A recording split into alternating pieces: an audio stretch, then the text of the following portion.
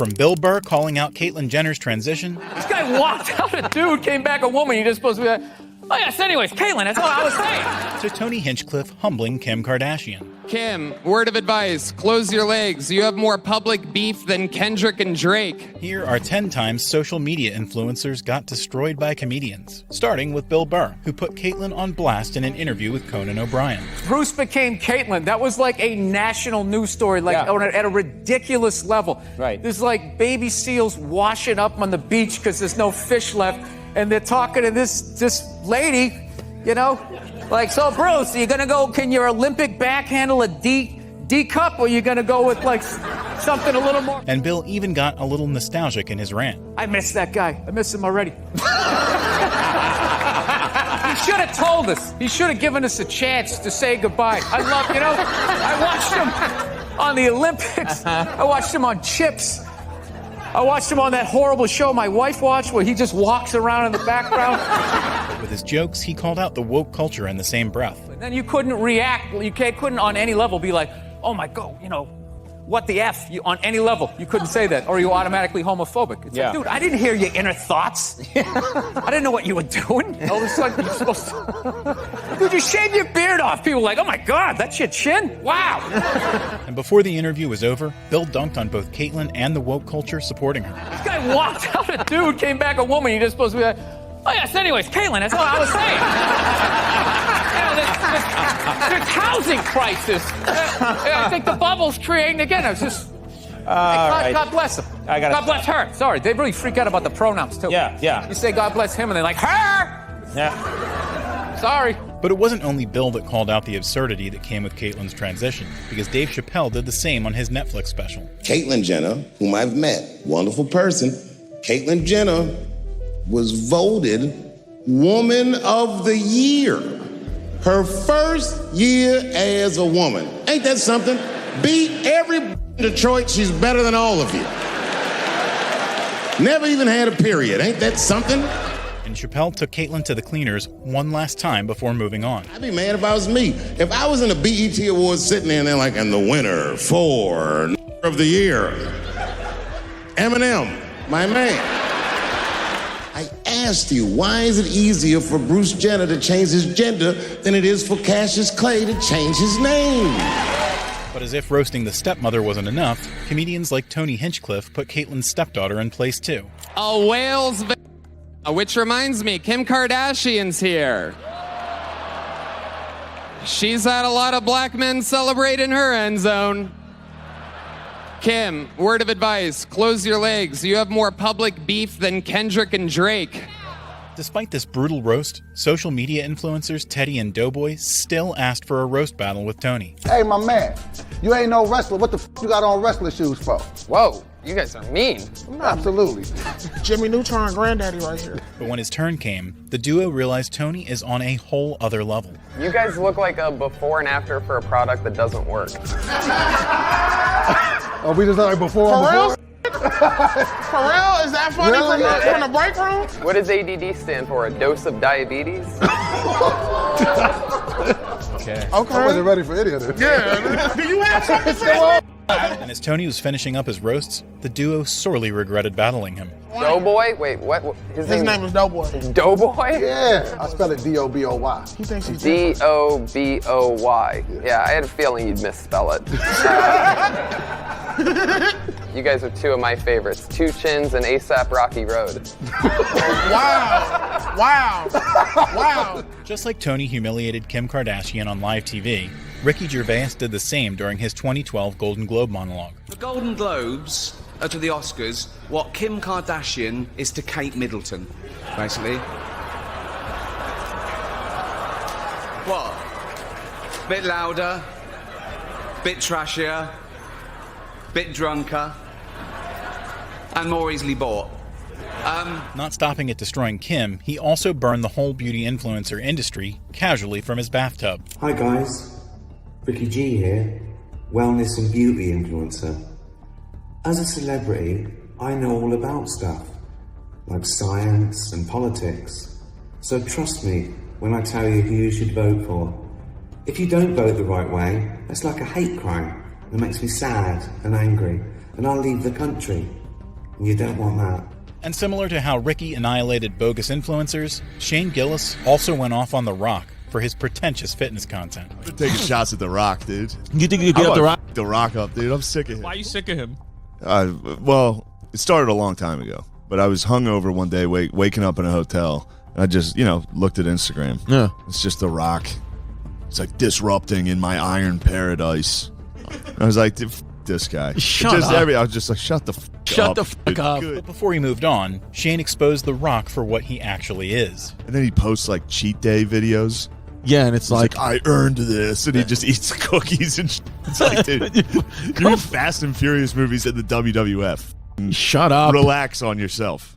Dude, you were the worst part of Moana. Shut up. Yeah.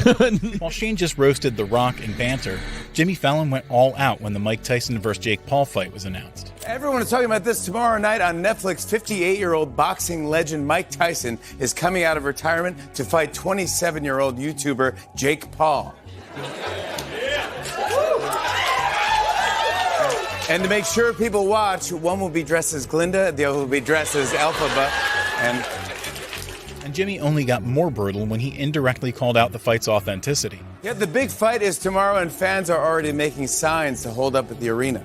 And we saw some earlier, but we have some right here. Look at this sign. It says, "These punches are softer than the food Biden eats." Look at this other sign. This sign says, "My girlfriend who lives in Canada is more real than this." And finally, look at this sign. Finally, it says, "Nobody's faked anything this much since Stormy Daniels." But before wrapping up, Jimmy dropped one last sarcastic bomb.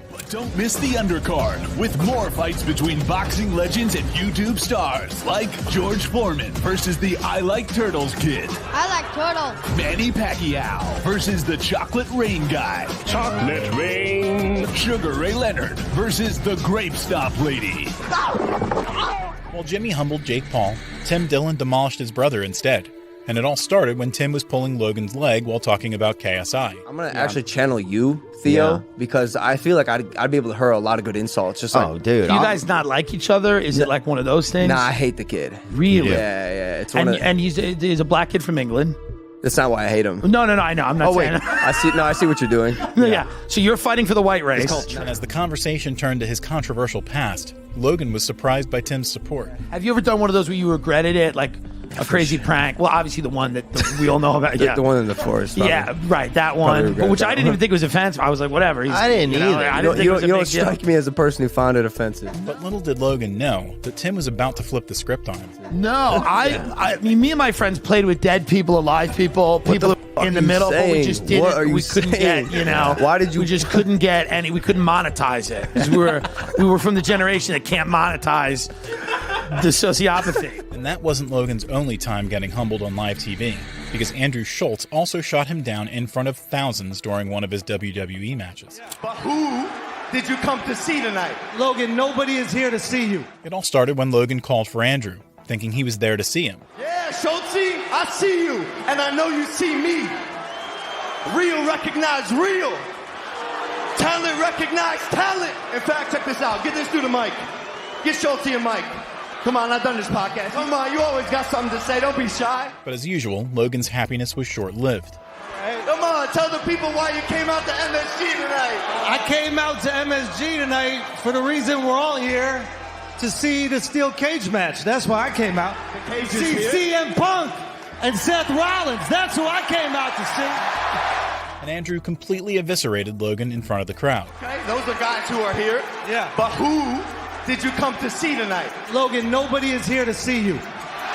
You are not in Cleveland, Ohio, buddy. This is New York City. This is a real city, a real arena, and we like real wrestlers. But while Logan was only humiliated twice, Andrew Tate, on the other hand, was mocked by 4 separate comedians on their own podcasts, starting with Tim Dillon. He's just describing how he would attack a female partner if she ever accused him of cheating. And he goes, it's bang out the machete, boom in her face, and grip her by the neck. Like, you got to threaten her. So you got it right up next to her. Well, but my whole thing is, if he didn't cheat, and she's accusing him of cheating, how's he supposed to respond? And then came Andrew Schultz's turn. A guy that lives in Romania and does what he does there, which is own casinos, apparently has slaves? That's a crazy, I don't know that's what the craziest thing. Slaves. You can't just say people have slaves. That's the allegation. Female slaves? That makes it better. I don't know what it is. But when Andrew invited True Geordie on his podcast, he too buried Tate 6 feet deep. I couldn't give a shit about Andrew Tate. Really? Would you box him or celebrity boxing? Well, he has a Jake fighting Paul? I background. mean, if he come up to me in my face, I would absolutely punch him in the face. But am I going to make effort to go running every morning? No, I don't care. You know, he's not worth that. And the best mockery happened when Tate was invited on Tom Segura's podcast and began his usual misogynist commentary. If you want to keep your man happy, you need to think, how do I make my man look better to the world? How do I make him look better in front of other men? You know what? If I were to just make him 2 coffees and shut the fuck up, he's going to look like the big G. And he's going to be in love with me. That's what you have to do as a woman. But instead of getting triggered, Tom perfectly played along with top-notch satire. Well, let me just stop you real quick and say something. You got a lot of work to do. Me? Yeah. I brought you 2 coffees this morning because you were coming in, and I said, Tommy, here's your 2 coffees. I did. I'm just saying, he made a lot of sense. And I'm just saying, keep taking notes. Don't even talk to me. Just like Tate was mocked for his comments, Mark Normand also took Greta Thunberg to task on Theo Von's podcast. What happened to her, by the way? She jumped ship. Well, she started saying stuff that liberals didn't agree. She started like, she was speaking out for Palestine, and now they're like, f her.